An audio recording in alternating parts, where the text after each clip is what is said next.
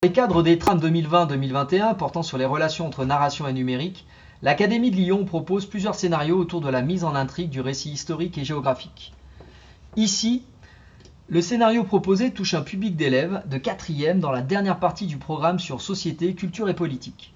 Le travail sur les conditions féminines dans la France du 19e s'appuie sur le jeu proposé par le centre Hubertine Auclair, intitulé « Panique à Sexisme City ».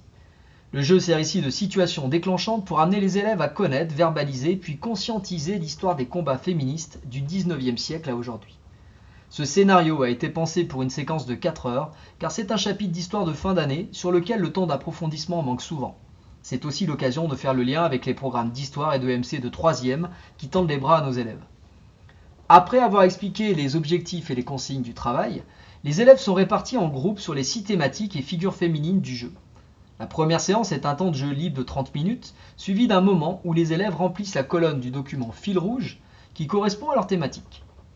La deuxième séance est consacrée à un temps d'oral et de débriefing où les groupes présentent leurs thématiques et personnages. L'enseignant formalise alors pour montrer la chronologie des luttes féministes et pointer les différences entre égalité réelle et égalité formelle. Il s'agit aussi de réfléchir à la façon dont la narration est construite dans le jeu. Au début de la troisième séance, le professeur présente la tâche finale.